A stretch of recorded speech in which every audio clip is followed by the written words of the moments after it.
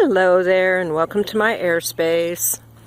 I'm here on Camano Island and I'm in this place that I like to hike. It's somebody's private property. I believe they probably are construction people. They have gravel there, a ton of gravel over here. I believe a lot of this came from digging out the earth in order to put in foundations and stuff like that, although not this. Anyway, so I was walking through this field that I haven't walked in quite a while, and I saw, what's that pink thing way over there? And look at that. Wild foxglove. Isn't that lovely? And we got daisies in the background. I think they're daisies. Marguerites. Not totally sure.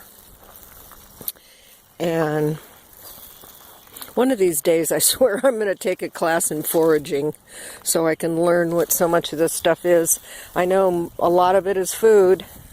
Powerful food. This is Scotch broom. Yeah. And here's more. Right next to somebody's dump.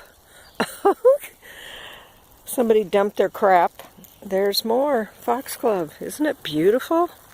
So foxglove name is Digitalis. And foxglove is what heart medicine is almost totally made out of. So, you know, the way it goes in the pharmaceutical chemistry world is they learn from the natives, they learn from the shamans, they've learned and gone back into ancient herbal medicine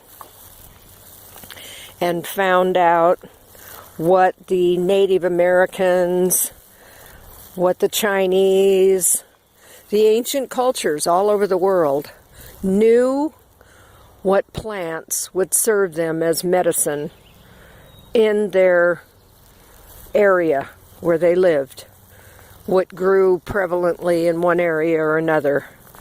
And it's just knowledge that's been passed down to them for generations and thousands of years.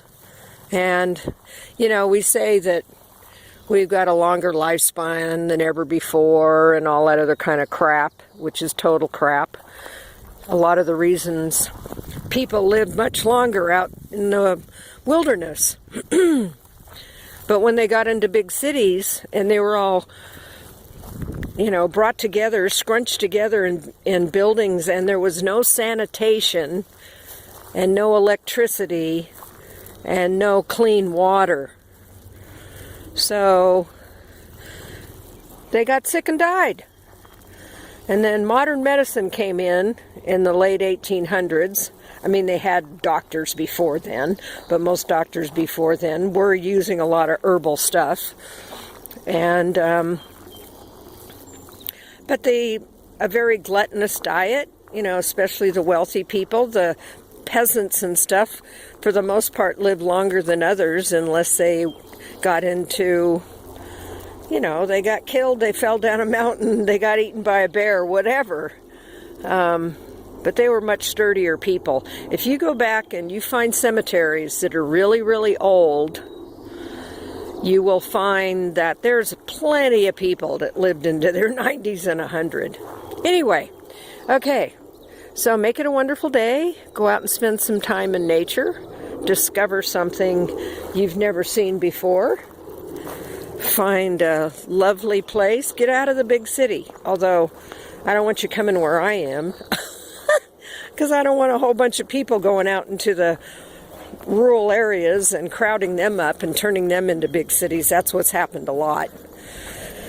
There's people that I visited in the last several years. Look at this sweet tree. Spruce tree or pine tree. I'm not sure. Beautiful.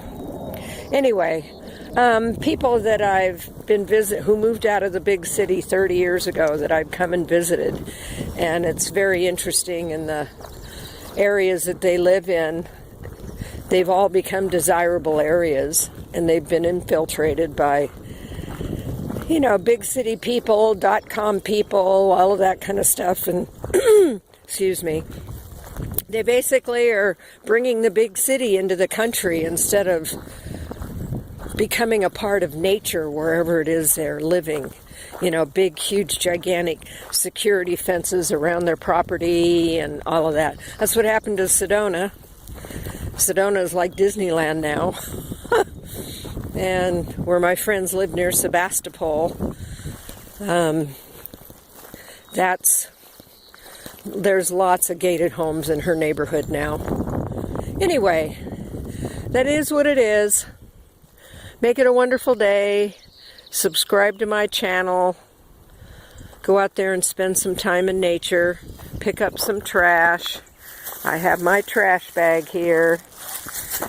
And give somebody a hug. Give yourself a hug. And tell someone I love you. I love you. Bye.